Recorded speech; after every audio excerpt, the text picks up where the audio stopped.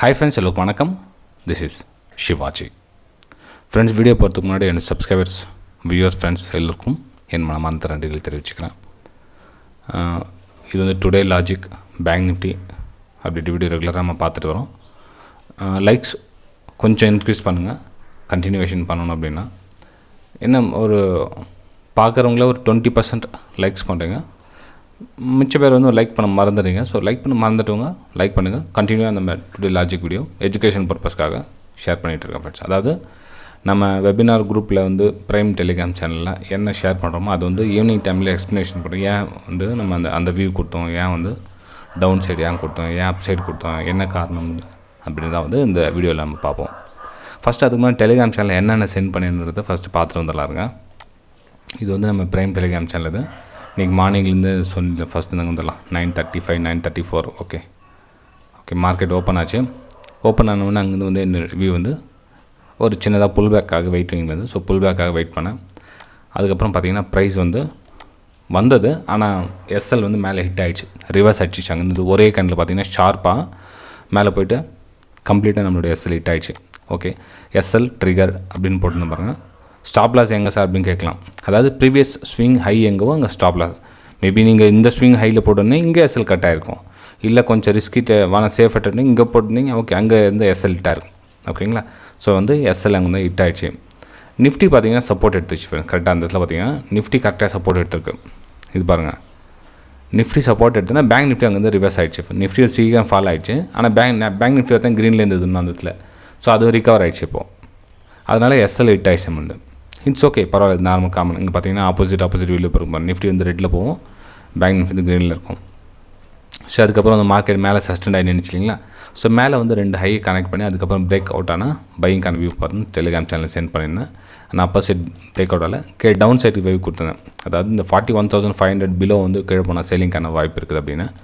So ஃபாலிங்கான வாய்ப்பு இருந்தது. சரி, ஃபால் ஆனால் எது வரலும் போகும், ப்ரைஸ் வில் கம் 41,250 வரலும் ப்ரைஸ் வரும் அப்படின்னு மென்ஷன் பண்ணியிருந்தேன். ப்ரைஸ் எக்ஸாக்ட்லி அங்கேயே வந்துச்சு. அங்கேருந்து சப்போர்ட் எடுத்துச்சு ஒரு 10 பாயிண்ட், அதாவது 260 வரலும் வந்துச்சு.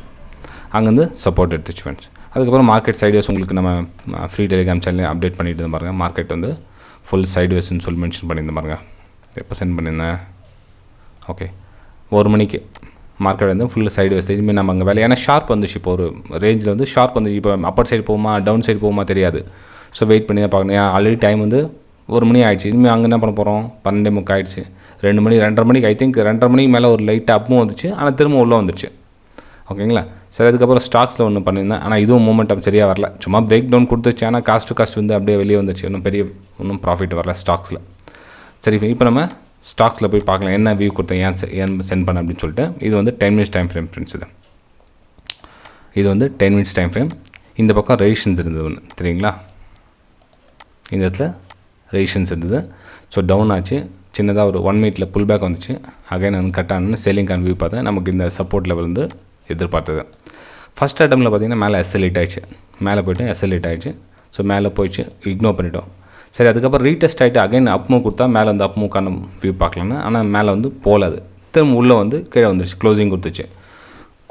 க்ளோசிங் கொடுத்தோம் நம்ம என்ன பண்ணுவோங்க, 41,500 பிலோ வந்து ஒரு சேலிங்கான வியூ பார்த்தோம். பிரேக் டவுன் ஆகிடுச்சு. அதுக்கப்புறம் வந்து நம்மளுடைய 41,250 லெவலில் வந்து டச் பண்ணிச்சு.